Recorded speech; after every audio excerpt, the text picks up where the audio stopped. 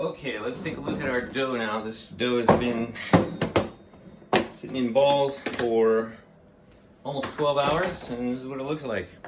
They obviously got bigger, probably about 50% or 60% bigger. Anyway, it's bigger. What I usually like to do, if they were crowded up together, I like to try to take the middle one. That way, once that's out, the other ones are easier to take out. So even though these aren't really sticking together, I'm still going to take the middle one. So I'm going to flour it really well here. We're going to lift up the sides, just kind of tap it up like that, get the flour underneath it. Inside too. Okay, maybe a little bit of flour from here. Lift it out and turn it upside down onto our little mountain of flour here. I'm going to leave that there.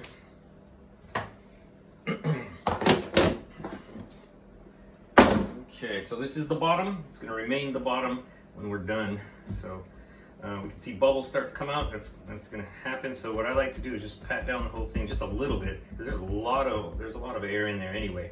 So now we're going to push down and send the remaining air out to the edges. So as I mentioned before, this is a New York style pizza. So flip it over.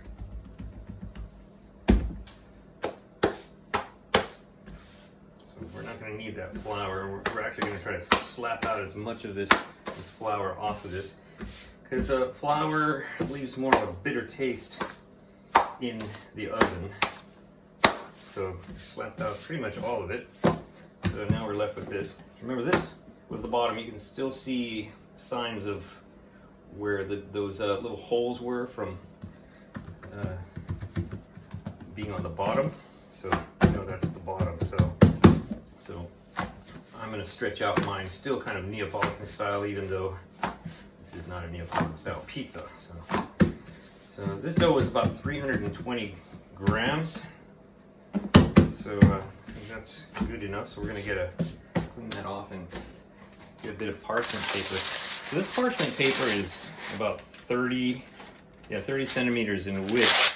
So our pizza is almost 30 centimeters already. So we're actually gonna go a little bit over. So give it a last little stretch along the edges here, just along the edges, the rim of the pizza, and then lay it down. And it looks like we are just a little over the that 30 centimeter mark. So okay, so that's good. We'll probably like give it a nice little stretch at the end. Pop any like noticeable bubbles so you don't get like a black spot in those places. So that looks good. So we'll move that over here and start to top it. This is my New York style pizza sauce. Recipes on the channel somewhere.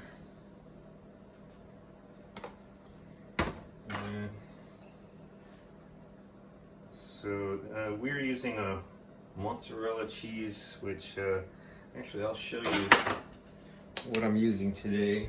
One out of the fridge here. This is it says there in katakana mozzarella cheese. So we're using that today. You can use any mozzarella cheese you want. Around here we can't really get full fat mozzarella cheese, so it doesn't really matter too much. I mean, you're gonna get the cheese is kind of gonna get oils from your toppings, especially what we're putting on it, which is kind of a fatty pork Italian sausage. So we'll peel this open. Pinch off some of this.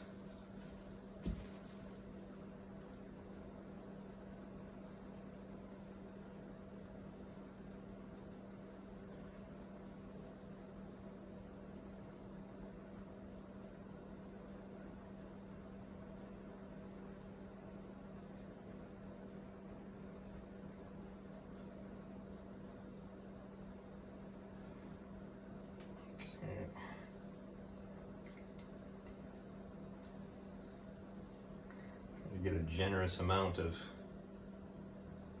Italian sausage all over. A couple more pieces maybe? Yeah. Fill in a couple of pockets here. And that'll do it. Okay, we'll move this to a bowl over here. And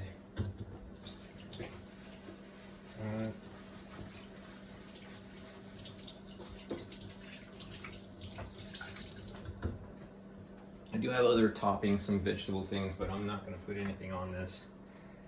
We're just going to throw this in the oven like this. I like to use Parmigiano-Reggiano cheese. The deeper, nuttier flavor than Pecorino Romano. I kind of like a lot of it, so. Okay, that looks good, so we'll give it a final stretch, just a little bit over the parchment paper. So we're looking at something at about 30. That's 30, and we're about a centimeter over on each side. And I know I cut it a little bit wider than 30 here. So we're looking at maybe a little over 32, almost 33 centimeters maybe. So approximately a 13-inch pizza.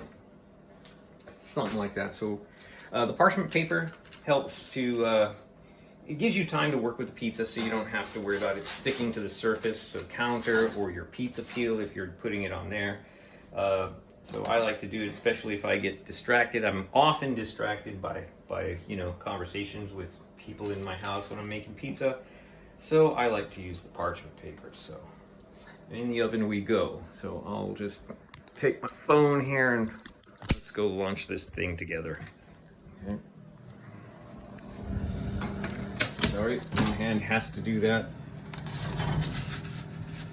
Right onto the baking steel there. And we'll be back. We'll check the time right there, and we'll be back and see what we get.